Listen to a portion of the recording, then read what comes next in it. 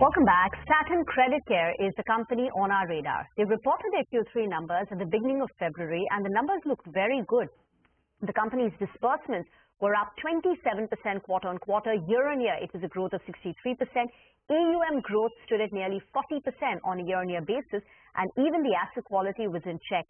The net NPAs for the company declined to 0.095% versus 1.5%. IFL also came out with a report on 12th of February where they're saying after a long hiatus during COVID, the company is well on its path to grow at 30%. They've initiated coverage on the stock with a buy rating, and they've pegged the target price at 350. To talk about the way ahead, we have HP Singh, Chairman, Managing Director at Satin Credit Care. Mr. Singh, I know Q3 numbers were very strong, asset quality, no issues, but a lot of the anecdotal evidence, high-frequency indicators, the bounce rates in the industry seem to suggest that there could be some stress. Are you seeing any signs in your portfolio, in the rural economy, MSMEs, where you operate? So if you look at the rural economy, I think, the income levels and the credit demand is very, very robust, with the normal monsoons which has been there. And if you look at the income levels, because of this robust demand, even the portfolio quality is holding up, And, I think, I just want to put it maybe on the record that people have been talking about stress in Punjab. And I just want to give you, a picture on that. So of the total asset size of ours, of own book, which is about 350 crores, over there is only about 9 branches out of 60 branches which have been affected by some political activism. And the total portfolio in these affected 9 branches, which is probably where, people are talking about the stress, is just about 40 odd crores. Out of that 40 odd crores, the NPA right now are only about 5 crores. So when we talk about stress and the portfolio quality, I think, this is probably where we are standing right now. And this is holding up, and this will hold up because, as I said, because of the income levels, being there in the rural economy.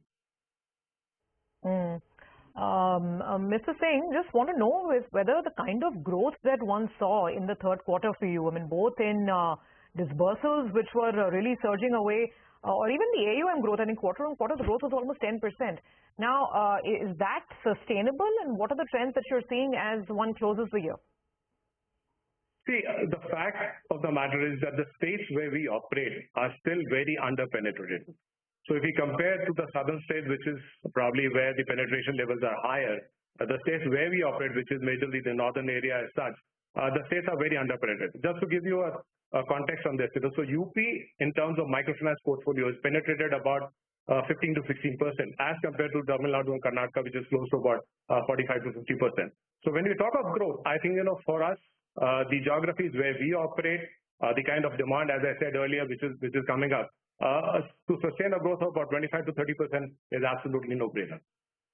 But you're saying that you will be able to deliver this kind of growth without any incremental stress in asset quality. Would that be a fair assumption that your investors can make? Can you give us some guidance on asset quality trends as well? So absolutely. I think, we've given a guidance. We had an analyst meet where we've given a guidance that our portfolio quality of credit costs would be in the range of about 1.25% to 1.5%. We clocked about 1.1% by 31st December. Our own sense is that we will be below 1.5% in terms of our credit costs for sure, at least for the March quarter, till the March quarter. Okay, thank you very much for that, Mr. Singh. We'll touch base with you, later on to find out how FY25 is going to shape up for the company. But for now, the company is confident about sustaining a 25 to 30% growth without the asset quality, changing, materially deteriorating. Asset quality should be stable. Get into a break. We'll come back with more on the market. Stay tuned.